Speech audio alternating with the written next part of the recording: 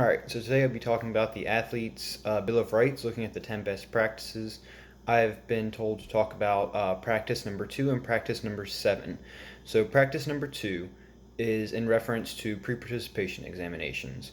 Every public school in the state of Virginia requires their middle schoolers and high schoolers to have a pre participation examination prior to playing the sport. That means prior to trying out, prior to participating in regular scheduled practices, and especially prior to competitions.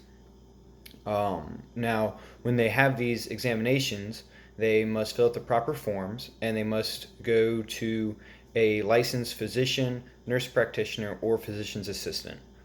Once the form has been filled out, they must turn it into their athletic trainer or athletic director or even their principal. Everything must be put into the system by either the athletic trainer or the principal, but typically by turning it into one of those three, it will get to where it needs to be. And so the next best practice is practice number 7, and this is in regards to HIPAA. So this is stating how medical providers cannot share medical information about our patients. Excuse me.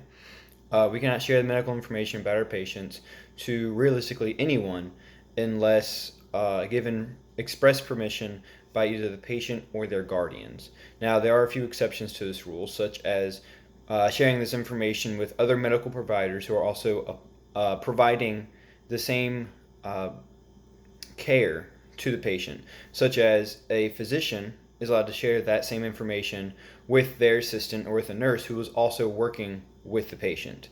They are also allowed to give this information to whoever they're referring the patient to, such as a physician referring the athlete to physical therapy or an athletic trainer referring them to a physician to get x-rays, anything like that.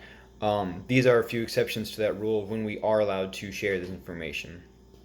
Also states how the patient is allowed to view their medical records at any time, and it also states how it gives like a direct who is a guardian of the patient if they are under the age of 18, which is a blood parent, like a biological parent, a guardian by law, or a step parent if they are already married and are written into the laws as yes, they are a guardian.